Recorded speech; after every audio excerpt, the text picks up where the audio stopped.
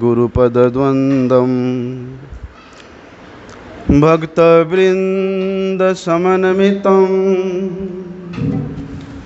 श्रीचैतन्यप्रभुं वन्दे नित्यानन्दसहोदितं श्रीनन्दनन्दनं वन्दे राधिका चरणद्वयं गोपीजनसमायुक्तं वृन्दावनमनोहरं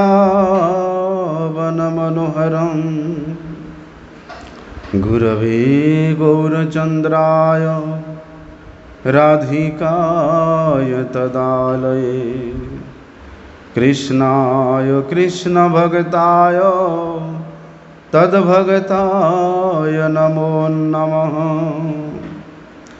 वंशाकल्पतरुभ्यश्च कृपासिन्धुभ्यैव च पतितानां पावनेभ्यो वैष्णवेभ्यो नमो नमः।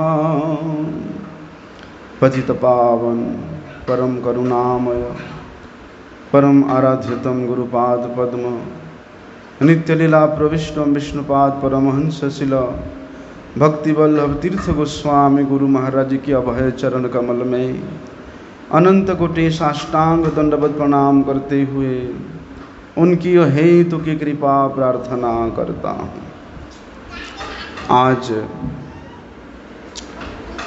कार्तिक मास का द्वितीय दिवस है और विशेष तिथि का भी संयोग है। हमारे पूर्वाचार्य षड गोस्वामी गणों में से भी मुख्य श्री रघुनाथ दास गोस्वामी ठाकुर, श्री रघुनाथ भट्ट गोस्वामी जी और श्री चैतन्य चरितामृत के व्यास रचना करने वाली श्री कृष्णदास कविराज गोस्वामी जी का तीनों का एक साथ सम्मिलित तिरुभाव तिथि महामहोत्सव है। आइए पहले रघुनाथ दास गोस्वामी जी के चरित्र को हम लोग श्रवण करते हैं। लगभग 1416 शकाब्द में पश्चिम बंगाल के हुगली जिला के अंतर्गत में कृष्णपुर नाम का एक गांव है। उस गांव में एक संभ्रांत और धनाढ्य परिवार में एक जमींदार कायस्थ कुल में श्री रघुनाथ दास गोस्वामी जी का आविर्भाव हुआ था। उनके पिता का नाम था श्री गोवर्धन मजुमदार और ये गोवर्धन मजुमदार के बड़े भाई थे श्री हिरण्य मजुमदार। ये दोनों भाई बड़े ही वैभवशाली थे व्यक्ति थे, लेकिन वैभवशाली व्यक्ति, वो बच्चा को थोड़ा सा ना शांत करना, वैभवशाली होने पर भी कहते हैं ये दोनों भाई का साधु वैष्णवों के प्रति विशेष श्रद्धा था। आप पास में आ जाओ। ये दोनों व्यक्ति का साधु गुरु वैष्णव के प्रति विशेष श्रद्धा संपन्न थे। इनके गुरु और इनके राज पुरोहित, क्योंकि वे जमींदार का पुत्र थे, राजा का पुत्र थे, इसलिए इनके एक पुरोहित थे, राज पुरोहित, जिनका नाम था श्री अद्वैत यदुनंदन आचार्य। और ये यदुनंदन आचार्य जी श्री अद्वैत आचार्य जी के बड़े ही प्रिय शिष्य थे, अंतरंग शिष्य थे और श्री हरिदास ठाकुर जी के भी परम प्रिय बंधु थे। तो ये यदुनंदन आचार्य जी से ही श्री रघुनाथ दास गोस्वामी दीक्षा प्राप्त हुए थे। इसलिए रघुनाथ दास गोस्वामी जी का दीक्षा गुरु श्री यदुनंदन आचार्य जी है। कहते हैं कि बचपन में हरिदास ठाकुर और श्री यदुनंदन आचार्य दोनों ही बड़े शुद्ध भक्त है, उच्च कोटि के रसिक भक्त है। बल्कि ऐसे श्रेष्ठ भक्तों का संग प्राप्त करने के कारण युवावस्था से ही, बचपन काल से ही इनके पूरे के पूरे परिवार, रघुनाथ दास गोस्वामी जी का सपरिवार से नित्यानंद प्रभु के दर्शन प्राप्त किए थे। और उन्हीं के दर्शन के प्रभाव से इन पर, रघुनाथ दास गोस्वामी जी पर विशेष शुद्ध भक्ति का एक गहरा प्रभाव पड़ा था, एक गहरा रंग चढ़ गया था। इसलिए जिसके कारण वे रघुनाथ दास गोस्वामी बड़े अति शीघ्र, बोलते इंद्र के समान ऐश्वर्य और अप्सरा के समान रूपवती भारजिया को छोड़ करके वे श्री जगन्नाथपुरी धाम में श्रीमन महाप्रभु जी के चरणों का दर्शन करने के लिए वहाँ पहुँचते हैं। मैं संक्षेप में बोल रहा हूँ क्योंकि समय कम है और आगे भी हमको प्रयास करना है। तो श्रीमन महाप्रभु जी जैसे ही रघुनाथ को अपने चरणों में पड़ा हुआ देखते हैं, वे उन रघुनाथ दास को बड़े ही आदर करते हैं, आलिंगन करते हैं और उनको अपने ही जो द्वितीय स्वरूप श्री स्वरूप दामोदर गोस्वामी जी के हाथों में सौंप देते हैं। तभी से रघुनाथ दास गोस्वामी जी को स्वरूपेर रघु के नाम से सब लोग जानते हैं। स्वरूपेर रघु मतलब ये स्वरूप दामोदर गोस्वामी का ही अपना है। जिस प्रकार से पुत्र का क्या परिचय होता है, बापेर बेटा बोले ना, बापेर बेटा, ठीक उसी प्रकार श्री रघुनाथ दास को भी स्वरूपेर रघु के नाम से सब लोग परिचित हुए हैं।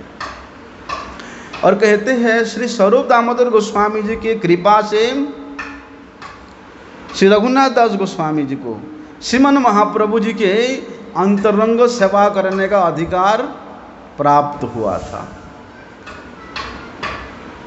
इसलिए महाप्रभु जी के अंतरंग सेवा प्राप्त करना और स्वरूप दामोदर गोस्वामी जी के शिक्षा में ओतप्रोत होना कोई साधारण बात नहीं है। इसलिए कहते हैं रघुनाथ दास गोस्वामी जी के ऐसा आदर्श वैराग्यपूर्ण भजन निष्ठा को देख करके श्री गौरांग महाप्रभु जी अत्यंत प्रसन्न होते हैं और रघुनाथ दास जी को गोवर्धन शिला, एक गिरधारी शिला प्रदान करते हैं और गुंजामाला के रूप में श्रीमती राधा रानी के सेवा का अधिकार भी उनको प्रदान करते हैं। कहते हैं श्री गौरांग महाप्रभु जी के अप्रकट लीला विलास के बाद रघुनाथ दास गोस्वामी श्रीमन महाप्रभु जी के विरह में और वहाँ पर उनके लिए रहना असंभव हुआ, जिसके कारण वे असह्य वेदना से विरहित होकर के, व्याकुल होकर के श्री गोवर्धन गिरिराज जी के शिखर से कूद करके प्राण देने का संकल्प लेकर के वे पुरी धाम से वृंदावन को चल चल के पहुँचते हैं। लेकिन होता क्या है, यहाँ पर पहुँच के श्री रूप गोस्वामी जी और श्री सनातन गोस्वामी जी रघुनाथ दास गोस्वामी जी को मधुर मधुर कृष्ण कथा श्रवण करा करके श्री कृष्ण कृपारूप अमृत सिंचन से रघुनाथ दास गोस्वामी जी का जो संकल्प था कि गिरिराज के शिखर से कूद करके प्राण त्याग करना, वे संकल्प को श्री रूप गोस्वामी जी और सनातन गोस्वामी जी ने उसको तुड़वा देते हैं, उसके संकल्प को परित्याग करवा देते हैं। अब रूप गोस्वामी और सनातन गोस्वामी जी के शिक्षा शासन और प्रेम, इसके कारण अब दोनों भाई के ये तीसरे भाई के रूप में तीसरे भाई बन करके श्री राधा कुंड के तट पर स्थायी रूप से वास करते हुए वहाँ पर उन्होंने अलौकिक सुतीव्र वैराग्यपूर्ण भजन का आदर्श प्रदर्शित किया। विप्रलंब भाव में आविष्ट होकर के श्री राधा गोविंद जी के सेवा में अपने आप को नियोजित किया। कहते हैं कि लगभग 100 वर्ष तक उन्होंने इसी प्रकार भजन करते करते वहाँ पर राधा कुंड में ही श्री युगल सरकार श्री राधा कृष्ण जी के उस नित्य लीला में प्रविष्ट होते हैं। ये ब्रज लीला में श्री रति मंजरी रूप में सब माने जाते हैं। और कृष्णदास कविराज गोस्वामी जी ने भी श्री चैतन्य चरितामृत में श्री रघुनाथ दास गोस्वामी जी के भजन परिपाटी का बड़े सुंदर रूप से वर्णन किया है। रघुनाथ दास गोस्वामी जी के भजन के परिपाटी को श्रवण करके ऐसा किसका प्रस्तर हृदय होगा जो विगलित नहीं होगा। ऐसा त्याग, एक राजा का पुत्र होकर के उन्होंने जैसा त्याग का, वैराग्य का, भजन आदर्श का, निष्ठा का प्रदर्शन किया, वास्तव में वे प्रत्येक साधक के लिए, प्रत्येक भक्ति साधक के लिए उनके ये परम आदर्श चरित्र है। इसलिए वहाँ पर कविराज गोस्वामी वर्णन करते हैं कि अन्न जल त्याग कैलो अन्य कथन पल 2-3 माठा करें बक्सम। बोलते रघुनाथ दास गोस्वामी जी जब से ब्रज में आए, वे श्री रूप गोस्वामी जी और सनातन गोस्वामी जी के निर्देश में श्री राधा कुंड में वहाँ पर विरहार्थ होकर के भजन में प्रविष्ट हुए, लेकिन उन्होंने अन्न का और जल का संपूर्ण रूप से त्याग कर दिया था। और सहस्र दंडवत करे लक्ष्यनाम लय लक्ष्यनाम 2,000 वैष्णवेर नित्य परिणाम। 1000 बार दंडवत प्रणाम करते थे और प्रत्यह 1 लक्ष्य नाम लेते थे। 2000 वैष्णवों का नाम ले लेकर के उनको प्रणाम करते थे। रात्रि दिने राधा कृष्णैर मानस सेवन प्रहरेक महाप्रभुर चरित्र कथन। बोलते हैं केवल प्राण धारण करने के लिए उन्होंने केवल मात्र 3-4 घूंट छाछ मठा उसका सेवन करते थे और अन्न जल उसके व्यतीत कुछ नहीं लेते थे। श्री कृष्ण कथा के अतिरिक्त दूसरी ग्राम्य कथाएं ना तो बोलते थे और ना ही सुनते थे। प्रत्येक दिन नियमित रूप से श्री नंदनंदन श्रीमती वृषभानुनंदिनी और उनके लीला परिकरों का, लीला स्थलियों का स्मरण करके, चिंतन करके, उनके उद्देश्य से, उन लीला स्थलियों के उद्देश्य से, उन नित्य परिकरों के उद्देश्य से वे 1000 दंडवत प्रणाम करते थे। 2000 वैष्णवों का नाम उच्चारण करके उन वैष्णवों के उद्देश्य से वे 2000 भूमि पर लेट करके 2000 बार प्रणाम करते थे। बोलते इस प्रकार रघुनाथ दास गोस्वामी जी रात और दिन श्री राधा कृष्ण की मानसी सेवा करते थे। एक प्रहर श्रीमन महाप्रभु की लीला कथा का वर्णन करते थे। श्री राधा कुंड में वे प्रत्येक दिन 3 बार स्नान करते थे और नियमित रूप से ब्रजवासी वैष्णवों को आलिंगन प्रदान करते थे। कहते हैं कि इस प्रकार रघुनाथ दास गोस्वामी जी दिन और रात के 8 प्रहरों में से 3.5 प्रहर केवल वे भक्ति का साधना करते थे और केवल आधा प्रहर मतलब सिर्फ 1.5 घंटा, 24 घंटा में से वे मात्र 1.5 घंटा सोते थे। वो भी किसी किसी दिन होता ही नहीं था। ऐसा रघुनाथ दास गोस्वामी जी का चरित्र है। इसलिए रघुनाथ दास गोस्वामी जी भक्ति साधकों के लिए क्या शिक्षा दे गए हैं, उन शिक्षाओं को हम लोगों को श्रवण करना चाहिए। रघुनाथ दास गोस्वामी अपने रचित मनः शिक्षा में से साधक समाज के लिए इतना सुंदर शिक्षा दिए है जो कि प्रत्येक भक्ति साधक के लिए वे आचरण करने का योग्य है। कहते हैं रघुनाथ दास गोस्वामी जो वहाँ पर कि गुरोर गोष्ठे गोष्ठालये सुसुजने भूसुरगणे स्वमंत्रे श्रीनान्मी ब्रजन वयुव द्वंद्व शरणे सदा दम्भ मित्वा गुरु रतिमपूर्वमतितरां मये भ्रांतम वै स्वांत भ्रांतर चटु विरयते धृतपदः।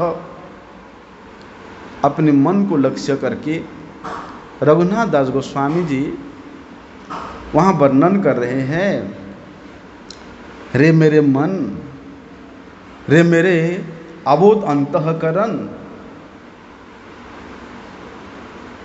मैं तुम्हारे चरणों को पकड़कर तुमसे मैं निवेदन कर रहा हूँ, नम्रता पूर्वक मैं तुमको मेरे जो प्रिय वचन है वो मैं तुमको कह रहा हूँ, तुम सुनो। क्या करना कि दंभम हित्वा, तुम परिपूर्ण रूप से दंभ को परित्याग करके अपने श्री गुरुदेव में, श्री ब्रजधाम में, श्री ब्रजवासी जनों में, श्री वैष्णव जनों में, भूसुर गणों में, ब्राह्मणों में, श्री भगवत नाम में और ब्रज के जो नवीन किशोर किशोरी श्री जुगल राधा कृष्ण जी के श्री चरणों की शरण में रह करके नित्य निरंतर उनके आनंद को, उनके रति को वर्धन करने का विधान करो। गुरोर गोष्ठे गोष्ठालयेषु, देखिए जो व्यक्ति ये संसार सागर में पड़ा हुआ है, ये संसार के बंधनों को काट करके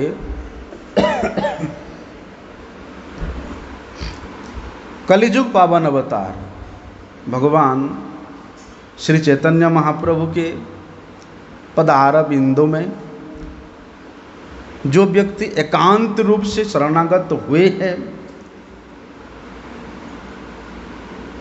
वे है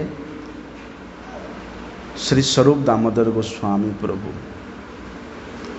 और उन स्वरूप दामोदर गोस्वामी प्रभु जी के आदेश से भक्ति के जो निगूढ़ रहस्य है, भक्ति के जो सिद्धांत है, जो शिक्षाप्रद आचरण है, उन समस्त आचरणों को, उन समस्त सिद्धांतों को, उन समस्त निगूढ़ रहस्यों को श्री रघुनाथ दास गोस्वामी जी ने मनः शिक्षा के, अपने मन को शिक्षा देने के उद्देश्य से वे इस जगत के कल्याण कर रहे हैं। इसलिए वे शिक्षा मनः शिक्षा के नाम से विख्यात है। रघुनाथ दास गोस्वामी जी ने अपनी मन को लक्ष्य करके वे तो इस गौड़ीय वैष्णव समाज को, वैष्णवों को वे शिक्षा प्रदान किए हैं। इसलिए भैया बड़े सौभाग्य से जन्म जन्मांतरों की स्वीकृति जब पुंजीभूत होता है, जिस समय जीव के हृदय में भगवत विषयनी, भगवत कथा, भगवत नाम, भगवत भक्त, भगवत धाम, इन सब के प्रति तब जाके श्रद्धा उदय होती है। क्योंकि श्रद्धा के बिना, सुदृढ़ श्रद्धा के बिना, सुदृढ़ विश्वास के बिना इस भक्ति के पथ पे कोई भी अग्रसर नहीं हो सकता है। इसलिए उस समय साधक के लिए भक्ति साधना के समय में जो जो वस्तु नितांत आवश्यक है, जो जो आचरण निष्ठा उसके लिए नितांत प्रयोजन है, अकर्तव्य है, उन सब को सूक्ष्माति सूक्ष्म रूप से श्री रघुनाथ दास गोस्वामी जी ने अपने मन को लक्ष्य करके समस्त वैष्णव समाज को उन्होंने उस गूढ़ तात्पर्य का शिक्षा प्रदान किए है। इसलिए क्या कहते वहाँ पर, गुरोर गोष्ठे गोष्ठालयेषु सुजने भूसुरगणे गुरु। पहले बोलते रघुनाथ गोस्वामी जी की श्री गुरु में। गुरु कौन है? बोलते हैं कि समस्त प्रकार के अनर्थों को, मुख्य अनर्थ क्या है? कृष्ण को, अपने परम इष्ट को, परम बांधव को भूल जाना ही सबसे बड़ा अनर्थ है। और शरीर के प्रति जो मोह है, जो मोह के कारण जीव ईर्षा, द्वेष, अहंकार, माया, ये सब चक्करों में पड़ा रहता है। बोलते इन समस्त अनर्थों को जो परिपूर्ण रूप से दूरीभूत करके श्री कृष्ण के साथ जीव का क्या संबंध ज्ञान है, उस संबंध ज्ञान को प्रदान करने वाले भगवान के जो अति प्रिय भक्त है वे दीक्षा गुरु है। और श्री राधा कृष्ण युगल के भजन की शिक्षा देने वाले, उनके धाम की, उनके नाम की, उनके भक्तों की परिचय प्रदान करने वाले जो भागवत श्रेष्ठ है वे है शिक्षा गुरु। इसलिए चाहे शिक्षा गुरु हो चाहे दीक्षा गुरु हो, इन दोनों को श्री कृष्ण का अभिन्न रूप समझ करके और श्री कृष्ण का अतिशय प्रेष्ठ जान करके, प्रिय पात्र जान करते प्रीतिपूर्वक इनके मनो अभिष्ट को पूर्ण करना प्रत्येक भजन साधक का कर्तव्य है, प्रत्येक शिष्य का कर्तव्य होनी चाहिए। इसलिए समस्त शास्त्रों में श्री गुरुदेव को सर्वदेवमय के रूप में वर्णन किया है। बोलते हैं श्री गुरुदेव भगवान के नित्य भगवत प्रकाश विग्रह के रूप में माना जाता है, ना माना जाता है। वे साक्षात है, साक्षात धरित्वेन समस्त शास्त्रे, समस्त शास्त्र ये घोषणा करते हैं कि श्री गुरुदेव साक्षात हरि ही है, हरि के परम प्रिय है। इसलिए मनुष्य बुद्धि से, साधारण जीव बुद्धि से श्री गुरुपाद पद्म को कभी भी नहीं सोचना चाहिए, ना ही देखना चाहिए, ना ही आरोप करना चाहिए। इसलिए उन गुरुपाद पद्म में हमेशा अपनी उपास्य भाव, अपनी सेव्य भाव, अपनी इष्ट भाव रखना चाहिए। ये रघुनाथ दास गोस्वामी जी का शिक्षा है। गुरौर गोष्ठे, गोष्ठ मतलब इस ब्रजधाम, ब्रजधाम को भी गोष्ठ कहा जाता है। जैसे श्री गोकुल, श्री वृंदावन, नंदगांव, बरसना, जावट, गोवर्धन, राधा कुंड, श्याम कुंड, ये ब्रजमंडल के जितने भी लीला स्थली है, जहाँ जहाँ पर श्री श्री राधा कृष्ण जुगल की नित्य लीलाएं होती हैं, बोलते उन सब को ब्रजधाम बोध में देखना चाहिए, अनुभव करना चाहिए। इसलिए ब्रज के प्रति, ब्रजधाम के प्रति प्रेम रखना, प्रीति भाव रखना, इसका मतलब क्या है? कोई कोई इस प्रकार का संदेह भी कर सकते हैं कि भगवान के भजन में तो शास्त्रों का ही तात्पर्य है, इसलिए जहाँ कहीं भी रह करके भजन हो सकता है। वास्तव में तो है, जहाँ जहाँ भगवान के भक्त जन है वहीं पर ही श्रीधाम प्रकट हो जाते हैं। लेकिन जहाँ भक्तों का दर्शन नहीं है, भक्तों का जहाँ समागम नहीं है, उस स्थान के लिए क्या कहा जा सकता है? कोई कोई कहते क्या केवल धाम में रहने से ही भजन होता है? भजन तो कहीं भी हो सकता है, शास्त्रों का यही तात्पर्य है।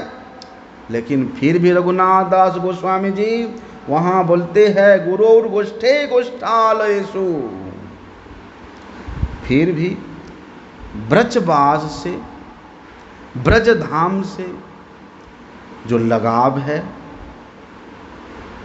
इस लगाव को रखने के लिए इस प्रकार की विपरीत बुद्धि कि भजन तो कहीं भी हो सकता है, ऐसे विपरीत बुद्धि को त्याग करके धाम के प्रति अनुराग रखना, धाम के प्रति निष्ठा रखना। क्यों? कल हम लोगों ने श्रवण किया, धाम वास के समय में भक्ति अनुष्ठान के जो 5 मुख्य अंग है वे सुष्ठु रूप से संपादन हो जाती है। धाम में वास करने से भगवान के भक्तों का दर्शन होता है। धाम में वास करने से भक्तों के मुख से भागवत सेवा, भगवत श्रवण करने का सौभाग्य भी प्राप्त होता है। धाम वास तो होता ही है, भक्तों के संग में यहाँ भगवत नाम संकीर्तन करने का सौभाग्य भी प्राप्त होता है। और धाम में रह करके भगवान के श्री विग्रहों का सेवन करना, इससे और श्रेष्ठ क्या हो सकता है? इसलिए रघुनाथ दास गोस्वामी जी ने इस सिद्धांत को स्थापित करने के लिए कहते हैं कि भैया भजन तो कहीं भी हो सकता है, लेकिन धाम के प्रति, ब्रज धाम के प्रति जो अनुराग है, जो निष्ठा है, वे भजन के उच्च तारतम्य तक जीवों को, साधक को पहुंचाने में समर्थ होता है। इसलिए धाम के प्रति कभी भी अप्रीति नहीं रखना, प्रीति रखना, अनुराग रखना, ब्रज में निवास करके भजन करने के लिए प्रयास करना। गुरोर गोष्ठे गोष्ठालयेषु, गोष्ठालय मतलब इस गोष्ठ में जो लोग गोष्ठ को आश्रय करके, इस ब्रजधाम को जो लोग आश्रय करके रहते हैं, वे ब्रजवासी जन। कौन है ब्रजवासी जन? श्रीमन महाप्रभु जी के विचार से बोलते हैं श्री राधा कृष्ण जुगल के सेवा के लिए जो भक्त लोग ब्रज में निवास करते हैं, जहाँ पर और कोई अभिलाषा नहीं है। ब्रज में वास करने का अर्थ सीधे सीधे श्री राधा कृष्ण जुगल के सेवा करना ही है। श्री राधा कृष्ण को प्रसन्न करने के व्यतीत और दूसरा कोई भी जिसका कार्य नहीं है, संकल्प नहीं है, इच्छा नहीं है, बोलते वे शुद्ध भक्त ही केवल ब्रजवासी है। ब्रज में रह करके अपना इंद्रिय तर्पण करना, अपना सुख सुविधा के लिए प्रयास करना, अपने परिवार परिजनों के लिए प्रयास करना, वे ब्रजवासी नहीं। स्वरूप दामोदर गोस्वामी जी वे कभी इस वृंदावन में नहीं आए। वे नित्य निरंतर श्रीमन महाप्रभु जी के साथ नीलाचल में रह करके उनको आनंदित करते थे। यद्यपि स्वरूप दामोदर गोस्वामी जी वृंदावन में नहीं पधारे, फिर भी उनको शुद्ध ब्रजवासी के रूप में गणना किया जाता है। क्यों? क्योंकि स्वरूप दामोदर गोस्वामी जी का एकमात्र उद्देश्य था श्री राधा कृष्ण जुगल के प्रीति विधान करना, उनका सेवा करना, उनका भजन करना। इसलिए कहते हैं अरे ब्रजवासियों की क्या महिमा बताएं भैया, उनमें ये साधारण भोग की, ये मोक्ष प्राप्त के प्रति अभिलाषा तो छोड़ दो, वैकुंठ प्राप्ति करने का अभिलाषा भी ब्रजवासियों का नहीं रहता है। ब्रज त्यज वैकुंठ ना जाऊं, शुद्ध ब्रजवासियों का तो ऐसे भाव है। अगर वैकुंठ प्राप्ति करने का वहाँ से सुयोग भी आए तो ब्रज को त्याग करके, ब्रजवास को त्याग करके वे वैकुंठ तक जाने के लिए भी कभी भी इच्छा प्रकाश नहीं करते। इसलिए सब कुछ इच्छा को परित्याग करके श्री राधा कृष्ण की सेवा के लिए जो शरीर से मन से ब्रज में वास करते हैं, वास्तव में वे ब्रजवासी जन है। ये सब उत्तम भागवत है। तो रघुनाथ दास गोस्वामी जी क्या बोलते हैं, जो ऐसे जो ब्रजवासी जन है, ऐसे जो उत्तम भागवत भक्त जन है, उनकी कृपा के बिना रागानुगा भक्ति में प्रवेश करना संभव नहीं है।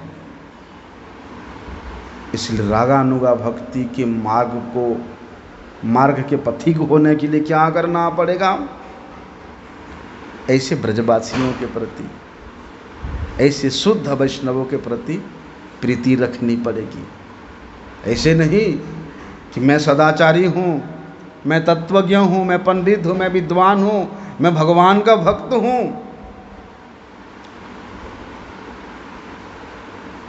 उन लोगों में तो मेरे से कम विद्वता है, मेरे से कम आचरण है, ऐसा विचार नहीं करना।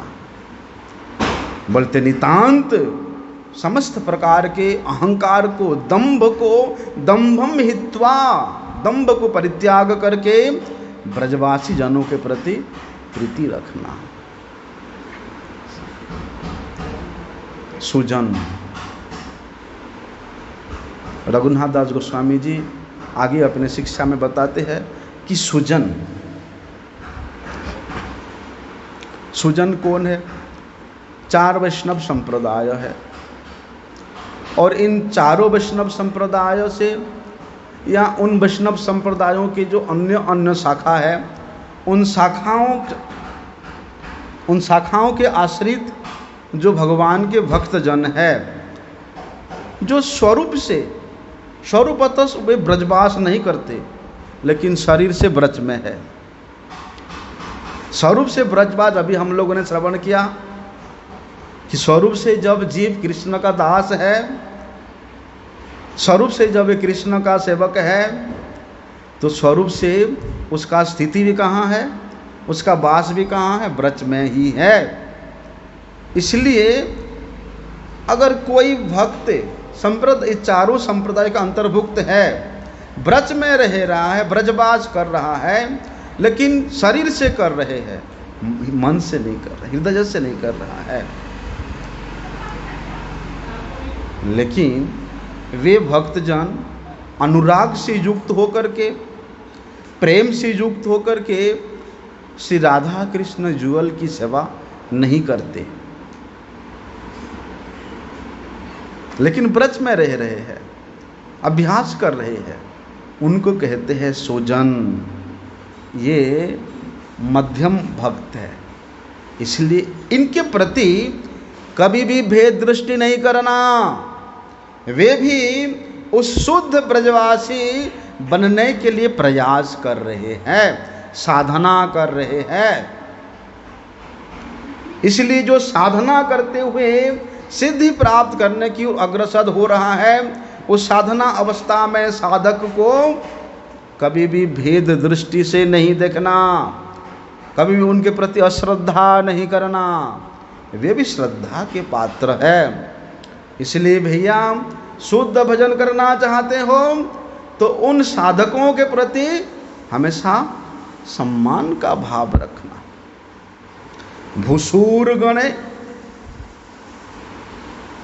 भूसूरगण क्या है? कहते हैं वर्णाश्रम धर्म में जो लोग निष्ठायुक्त है। किस प्रकार के वर्णाश्रम धर्म? दैव वर्णाश्रम में। दैव वर्णाश्रम क्या है? जो वर्णाश्रम शुद्ध भगवत भजन की और जीव के प्रवृत्ति को मोड़ देता है, जिसके शिक्षा से वे वर्णाश्रम धर्मी एक दिन शुद्ध भगवत भक्त होता है। तो ऐसे दैव वर्णाश्रम धर्म में जो निष्ठायुक्त है, वैष्णव धर्म के जो शिक्षक है, जो ब्राह्मण गण है, वे है भूसुर। भूसुर मतलब देवता। वे ब्राह्मण इस पृथ्वी के देवतागण है, लेकिन वे वर्णाश्रम धर्म के अंतर्गत में रह करके शुद्ध वर्णाश्रम धर्म के माध्यम से जीवों को वैष्णव धर्म का शिक्षा देते हैं।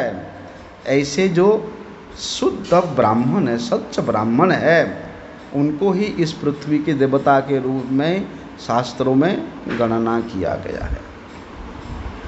यद्यपि इस प्रकार के ब्राह्मणगण कनिष्ठ भागवत के अंतर्गत में आते हैं, फिर भी इनके प्रति हमेशा प्रीति रखना चाहिए। ब्राह्मणों के प्रति कभी भी अश्रद्धा नहीं करना चाहिए। हम लोग श्रीमद् भागवत के उस प्रसंग को श्रवण करते हैं जब उस ब्राह्मण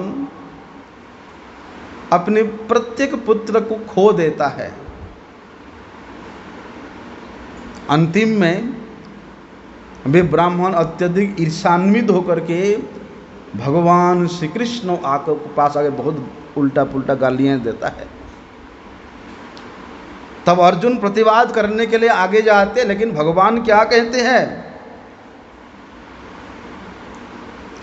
कि विप्रम कृतागसमपि नैव दयिष्यत मामकः घ्नन्तुम बहु सपन्तं वां नमस्कुरुत पित्यसः।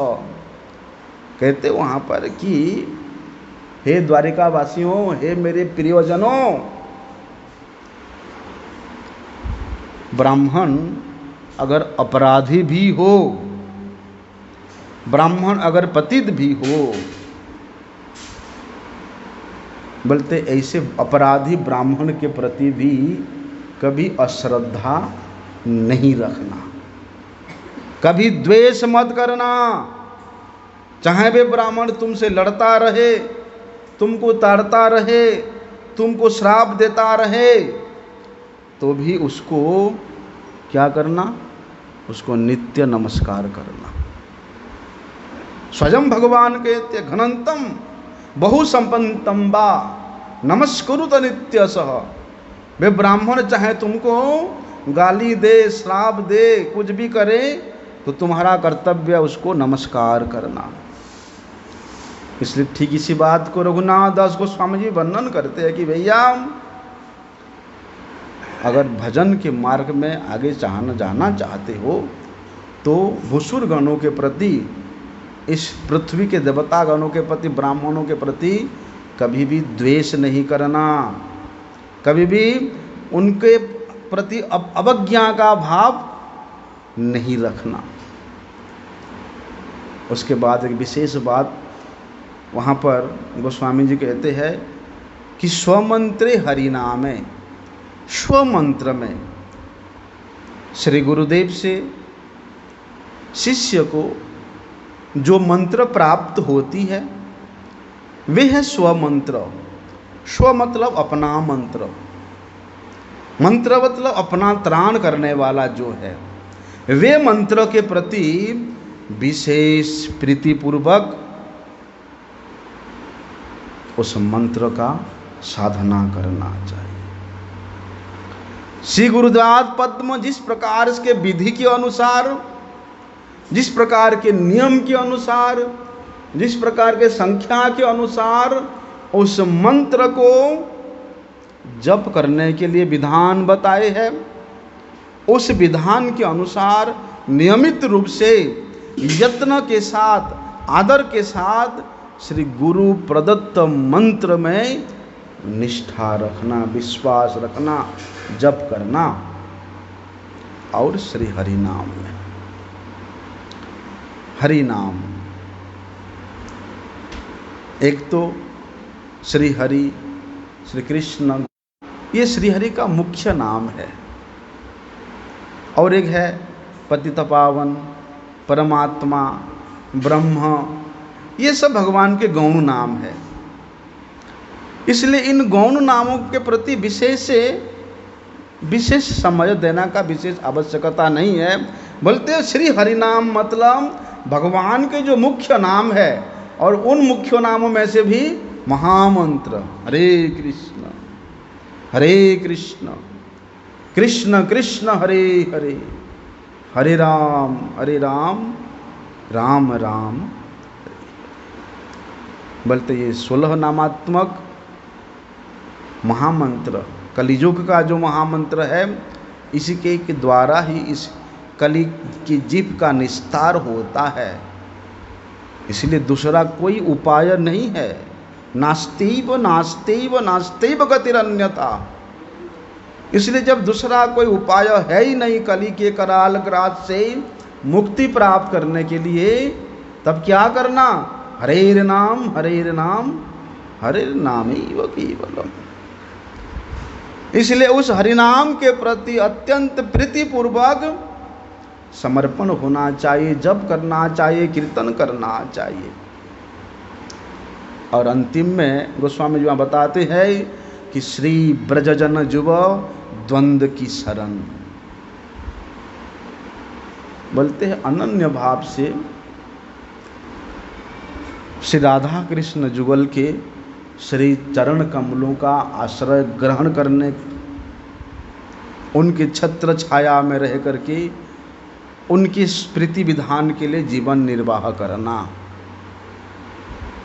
क्यों? क्योंकि राधा रानी के दास होए बिना श्री कृष्ण के सेवा प्राप्त करना असंभव है। राधिकार दासी होए, राधिकार दासी यदि है अभिमान, शीघ्र मिलाए तब गोकुल कान। जिसके हृदय में यह अभिमान है कि मैं श्रीमती राधा रानी के दासी के दासी के दासी के दासी के दासी हूँ, भक्तिविनोद ठाकुर जी महाराज यही शिक्षा देते हैं। इसलिए दंभम हित्वा, समस्त प्रकार के दंभ को, अहंकार को परित्याग करके माया, छल, कपटता, अविद्या, कुटिलता, शठता, ये सब को दंभ कहते हैं। ये सब दंभ को परित्याग करके क्या करना? भक्ति के अनुशीलन में, साधन के मार्ग पर, सेवा के मार्ग पर अपने इष्ट देव के आनंद वृद्धि के लिए प्रीति विधान के अतिरिक्त मन में और किसी प्रकार की आशा नहीं रखना, किसी प्रकार के कामना मन में नहीं रखना। इसके सिवा श्री राधा कृष्ण के प्रीति विधान के सिवा अगर कोई आशा है, कोई कामना है, तो वे है कपटता। इसलिए कहते हैं भक्ति के साधन में, भक्ति के मार्ग में कर्म, ज्ञान और योग, ये तीनों का अगर प्रधानता होता है तो वहाँ अविद्या का भाव पर रहता है। जिस अविद्या की जीव को माया के द्वारा अछन्न कर देता है। इसलिए कर्म नाई ज्ञान नाई, जाग जोग तपो धर्म नाई। ना याछे कर्म बल, ना ही ज्ञान बल, जाग जोग तपो धर्म नाछे संबल। इस प्रकार का जिसका अहंकार है, किस प्रकार का अहंकार? कि मेरे में ज्ञान है, मेरे में बल है, मेरे में सामर्थ्य है, मेरे में सुंदरता है, मेरे में पैसा है, मेरे पास उच्च कुल में जन्म होने का अधिकार है। इस प्रकार के अभिजात्य कुल अभिमान को लेकर के अगर हम भक्ति करने के लिए जाएंगे तो कभी भी भगवान हमको स्वीकार नहीं करेंगे। ठीक इसी बात को कुंती माता कहती है कि जन्मेश्वर्य श्रुत से भी रेधमान मदह पुमान नैवार्हत्वैवात्मानं त्वाम किंचन गोचरम। कि हे भगवान, जन्मेश्वर्य श्रुत से भी, जो सोचता है कि मैं उच्च कुल में जन्म हुआ हूँ, कोई सोचता है कि मेरे पास इतना ऐश्वर्य है, मैं इतना सुंदर हूँ, मैं इतना गुणी हूँ, इतना विद्यावान हूँ, बलवान हूँ। हे भगवान, उस व्यक्ति आपको कभी जान ही नहीं सकता है। क्यों? क्योंकि आप तो अकिंचन गोचर है, जिसके पास कोई कामना नहीं है, कोई आशा नहीं है, कोई वांछा नहीं है। केवल वे व्यक्ति ही आपको जान सकता है। इसलिए रघुनाथ दास गोस्वामी जी इस बात को बताते हैं कि इन सब का आशा को परित्याग करके केवल मात्र शुद्ध भक्ति का आश्रय लेना पड़ेगा। तब जाके श्री राधा कृष्ण जुगल की सेवा में हम लोग अपने आप को समर्पित कर पाएंगे। कर रति अपूर्व जतने, बोलते अपूर्व रति करना पड़ेगा। अपूर्व रति क्या है? आत्मरति, शुद्ध रति। आत्म का रति क्या है? आत्मा का क्या स्वभाव है? जब जीव स्वरूप से कृष्ण का दास है तो उसके रति भी कृष्ण रति ही है। जो कृष्ण रति है वे शुद्ध रति है। जिसका मति, जिसका रति श्री कृष्ण के चरणों में समर्पित है, वास्तव में उसका रति ही शुद्ध है। इसलिए जब उसका स्वरूप शुद्ध है तो उसके रति भी शुद्ध है। लेकिन जैसे ही जीव अपने स्वरूप को भूल जाता है और सोचता है कि मैं तो उसके स्वामी हूँ, उसके पिता हूँ, उसके भाई हूँ, मैं अमुक हूँ, मैं ढिमुक हूँ, इस प्रकार के अपना परिचय देने लगता है, तब उसका रति संसार के प्रति हो जाता है। कृष्ण के साथ संबंध जब भूल जाता है जीव, तब माया देवी उसको अपनी कैप्चर में ले लेती है। लेकिन